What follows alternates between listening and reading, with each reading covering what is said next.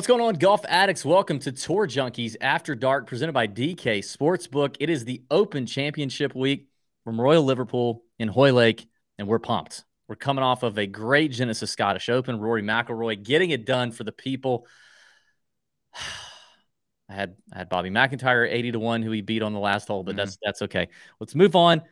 Royal Liverpool, Pat. It's we're doing this a little early on DK. We're dropping this on Monday. Odds, probably going to shift a little bit. Weather's got to take shape. We definitely don't want to pull too many outrights too early without understanding a possible weather wave advantage. But I just want to go through the board, talk about maybe who we got our eye on and who we may be like hovering the mouse over to go ahead and fire on as soon as we do have a little bit clearer picture for Royal Liverpool. Cam Smith, your defending champion, coming over from Liv this week, won at the Old Course last year. Who do you got up top? You got Rory McIlroy now at plus 650, Scotty Scheffler at 7-1, Jon Rahm in the double digits at 12, followed by Cam Smith, Hovland, Koepka, Xander, Tyrrell, Tommy, Cantlay, Fowler, all under 30-1.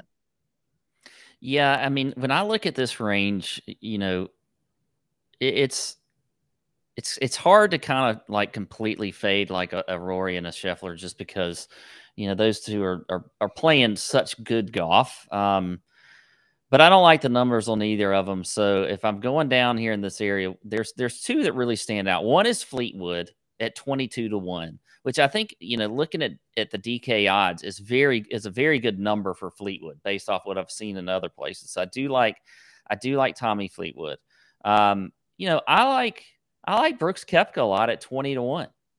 I mean, BK he's won a major this year. He is, as we've always talked about, he's a big game hunter. He loves these type competitions. So I think Brooks at 20-1 feels pretty good as well. So I'd probably say Fleetwood and Brooks are my two favorites up top.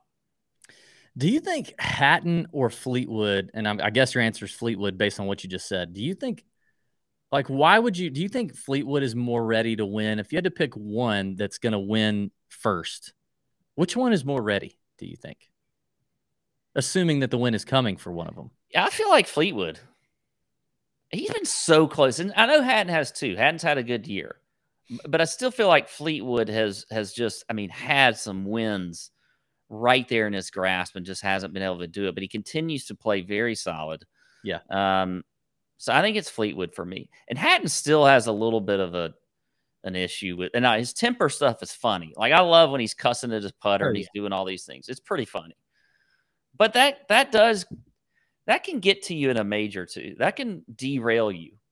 And it's something you just don't see with Fleetwood. He's just so kind of level-headed out there, fairways and greens. Feels like a great course fit for him at Royal Liverpool. So I'm going to say Fleetwood. Yeah, I think it's kind of tough between those two. I agree with you on the Koepka call. I'm tempted by Hovland, but with both of those at the same number, I probably trust Koepka to close the door a little bit more than I would Hovland at this point, even though I think Hovland is close. Ricky, to me, at 22 is another interesting one. So, all those guys, really good values, names to watch. It's interesting that Jon Rahm is not getting any discussion right now at 12-1, coming in rather quietly. But we obviously know John is capable of turning it on at any second. He just hasn't looked quite like himself since winning the Masters. A little bit of a letdown, maybe. But he could dominate any course he shows up to, and we could all be upset that we didn't take a double-digit Jon Rahm. Yeah. Down the board a little bit, DJ at 30-1 is one that I've kind of got my eye on. DJ's playing well at Liv. He's played well in the majors. He's had chances this year at majors, whether you know it or not, because I think it kind of the story hasn't really been told, but he's played great golf. Decent finishes in Open Championships as well. And then as I kind of keep working down, the next name that I feel like is kind of a value, because we've been betting this guy at majors for years at probably shorter numbers. And now it's just kind of catching my eye. And he's not in great form. But the ball striking has been great. We've just been waiting on the putter. But now he's going to come to a really slow, slower greens, flat greens. These greens are not super tricky, or the defense of the golf course like an Augusta National or maybe even, LACC would have been. But Tony Finau at 50.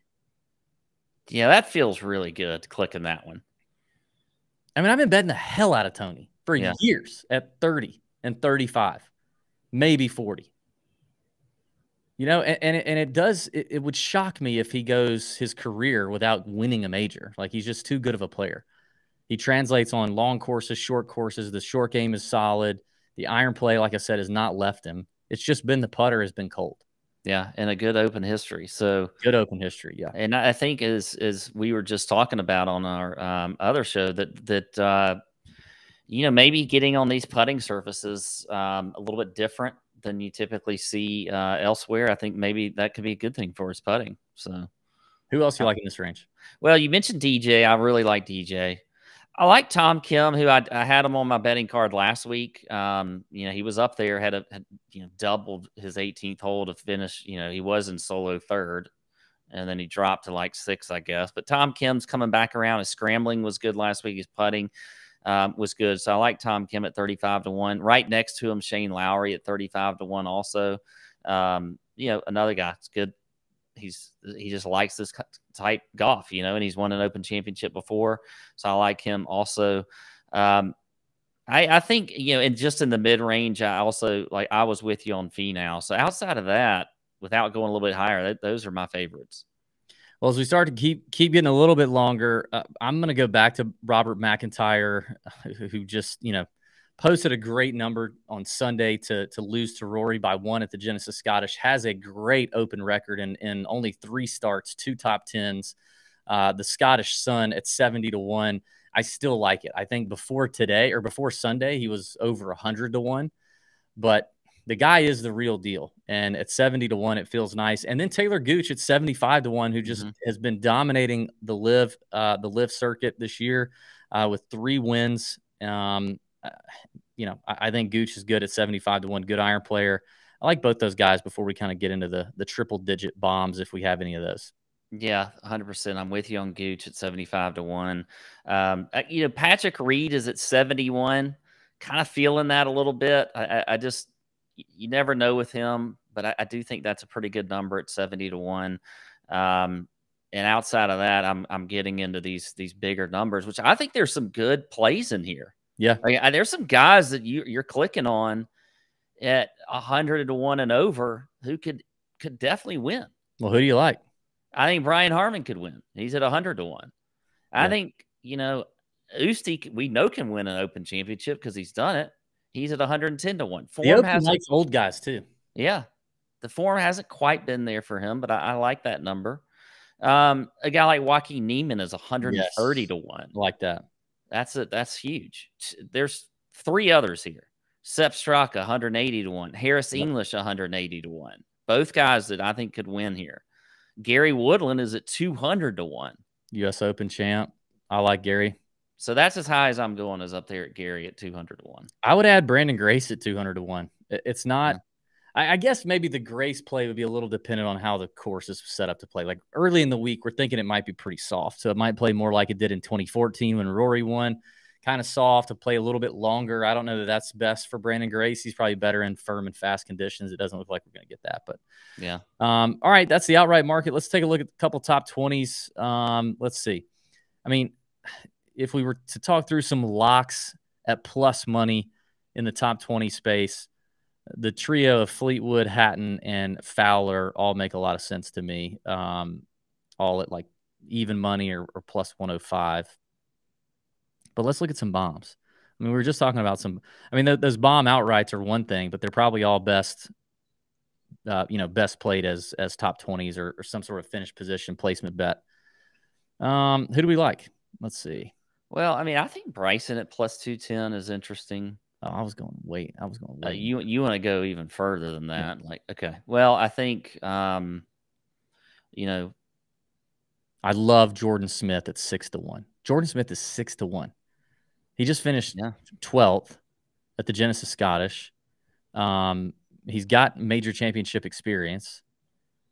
He's playing well. I think that's a good one. I like that. I like JT Poston at plus 500.